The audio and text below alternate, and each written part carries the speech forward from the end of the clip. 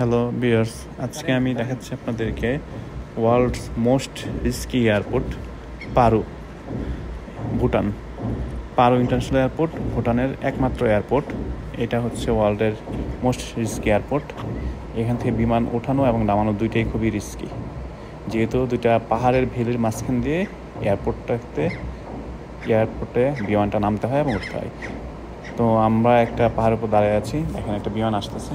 ওই যে ডান পাশে ছোট করে সাদা দেখা যাচ্ছে, এটাই বিমান।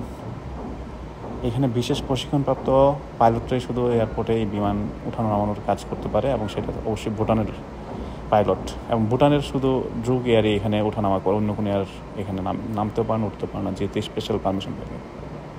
এই যে দেখেন বিমানটা, এই যে যাচ্ছে বিমানটা। এখন বিমানটা পাহাড়ের মাঝখান দিয়ে যাচ্ছে। আমরা একটা পাহাড়ের উপরে ওঠা, ও ডান দিকে মুভ করেছে, পাহাড়টা পার হয়ে ডান দিকে মুভ করেছে।